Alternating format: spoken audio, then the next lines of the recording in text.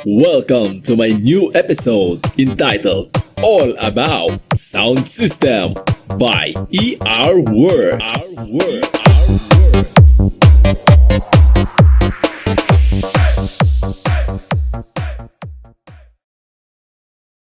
1,000 watts ba ang speaker mo at naghahanap ka ng amplifier para dito?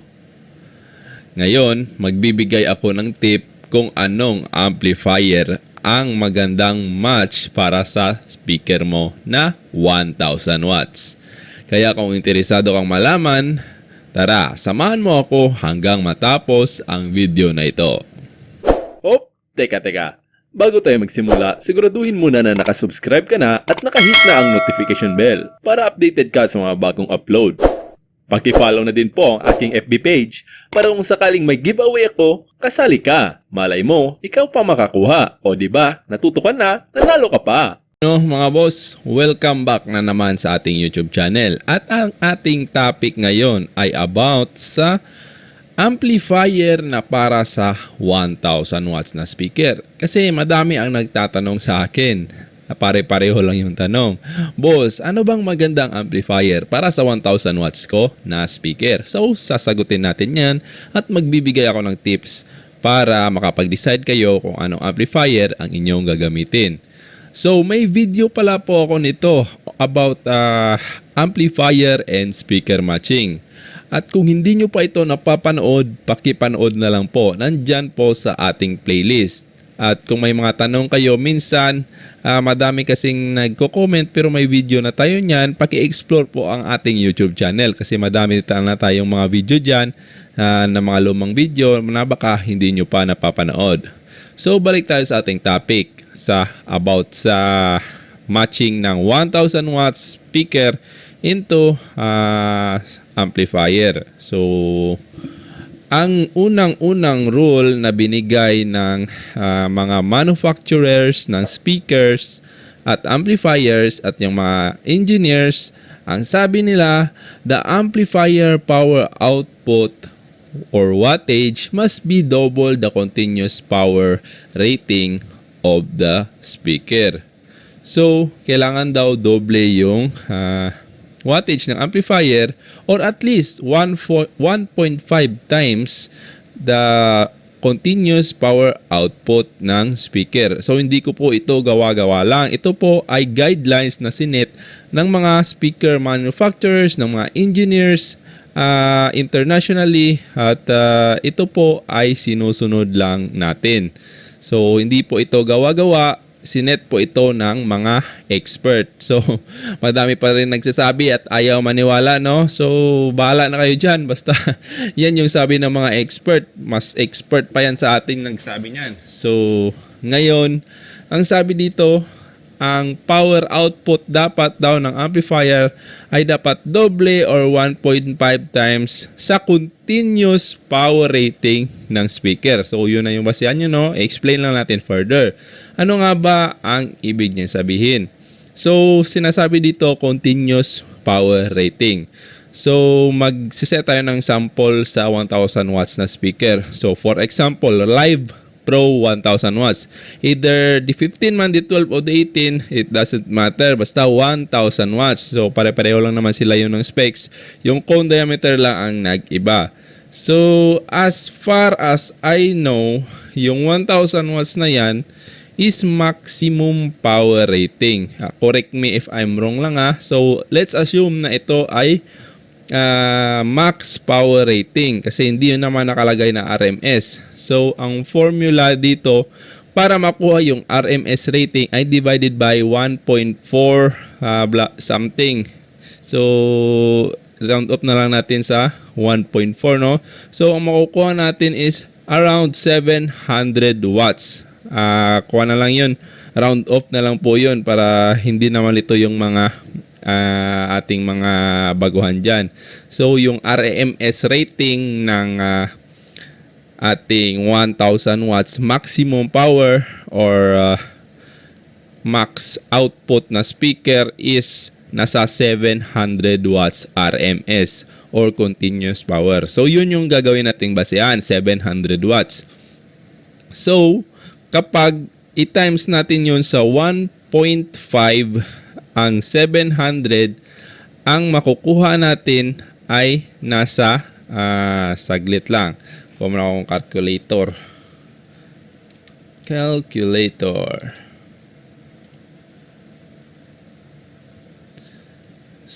So, ito. 700 watts times 1.5 equals 1,050 watts. So, at least, ito yung minimum na dapat wattage ng amplifier na ating gagamitin. So, kung mag-load ka ng dalawang speaker, isang speaker kada channel, so yung pipiliin mo na amplifier is at least 1,050 watts per channel, or pwede din yung 1,100 watts or 1,200 watts. Okay na yun.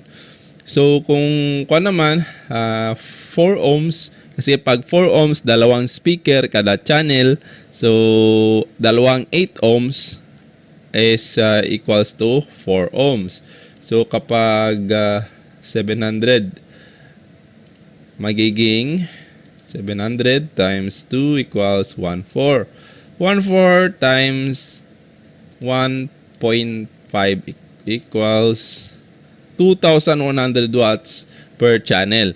So, kung apat na speaker yung iloload mo, dalawang speaker kada channel, ang dapat na wattage ng amplifier na piliin mo ay nasa at least 2,100 watts. So, mas higit pa doon, okay lang yun, walang problema. Hindi po masusunog yung speaker mo kung malaki yung amplifier mo, kung tama yung iyong pagpihit at maiiwasan mo yung clipping at may proper gain staging ka, hindi po masusunog yung speaker. Kasi madami yung nagsasabi na, ay, boss, dapat siguro mas malaki yung wattage ng speaker kaysa sa amplifier para hindi masunog. So, para sa akin, useless lang yon kung malaki yung wattage ng inyong speaker, kasi hindi mo naman hindi mo naman mabibigay yung full potential ng speaker. So, sayang lang yung ginastos mo sa malaking wattage na speaker kung hindi mo naman magamit ang full potential nito. Kaya nga sabi ng mga experts, ng mga engineers na yan, ng mga sound equipment manufacturers, ito yung basihan nila.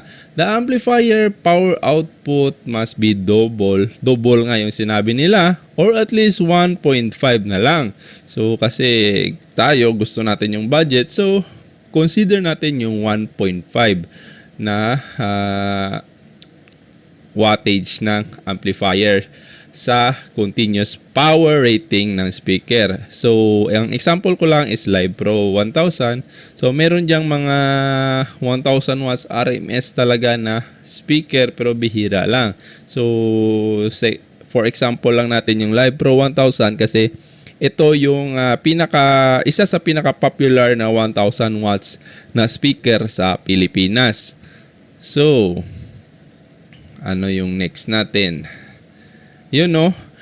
Bibigyan ko kayo pala ng examples ng amplifier. So, yung nakuha natin kanina is 2,100 watts sa 4 ohms and 1,050 watts sa 8 ohms. So, kung dalawang speaker lang ang gagamitin mo, isa per channel, 1,050 watts dapat na amplifier at 8 ohms. So, for example ng 1,000, consider na yung 1,000 siguro, okay na din yun.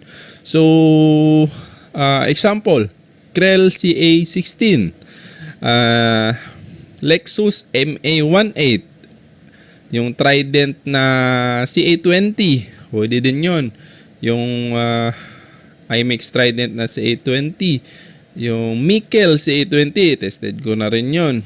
Yung KKE na CA50, Zymar Power na CA20, Live FET 1000, yung ibang shockwave nila hindi ko pa masyadong kabisado, pero basta 1,000 watts pataas na amplifier. So sa ibang brand, pwede din kayong pumili kung ano yung mas suitable para sa inyong budget at for your convenience. So madami akong brands dyan na ang amplifier, pwede nyo i-check nyo dyan kung ano yung mas komportable sa inyong brand. So hindi naman nagmamatter yung mga brands, basta yung quality lang yung parts. Nandun na naman yan sa aking full review sa mga budget at sa mga medyo good quality na local brands. So isa-isahin nyo na lang yun dun.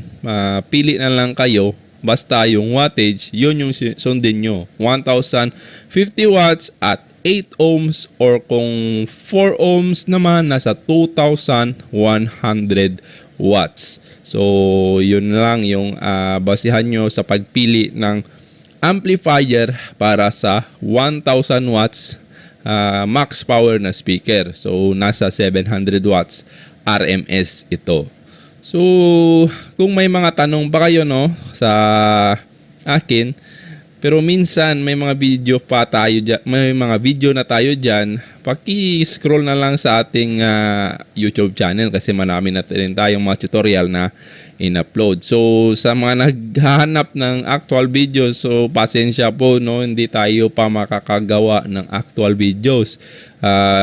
Review lang muna tayo, online na tutorials kasi nasa trabaho pa tayo, nasa barko tayo. So abang-abang na lang sa bakasyon. So yun lang po, sana nakatulong na ito sa inyo sa pagpili nyo ng amplifier para sa 1,000 watts nyo na speaker. So palagi ko pa rin sinasabi, feel free to correct me kung mali ako. May mali ako nasabi, comment lang kayo dyan ng inyong mga suggestions, mga corrections. It doesn't matter kasi nagmatanggap tayo ng ating kamalian kasi tao lang tayo, nagkakamali rin. So maraming salamat po ulit sa suporta sa aking munting YouTube channel. So sana magtuloy-tuloy na ito at para makapag-giveaway na tayo, malapit na tayo 10K, So paki-share na lang ng ating video, tapos yung mga may gusto kayong bilhin sa aking Shopee shop, yung aking Shopee shop nasa description na po. Sa mga pagpapagawa ng floater, nandyan na rin sa description ang aking FB account. So yun lang po, maraming salamat po ulit sa lahat. So God bless us all, mga ka-sounds.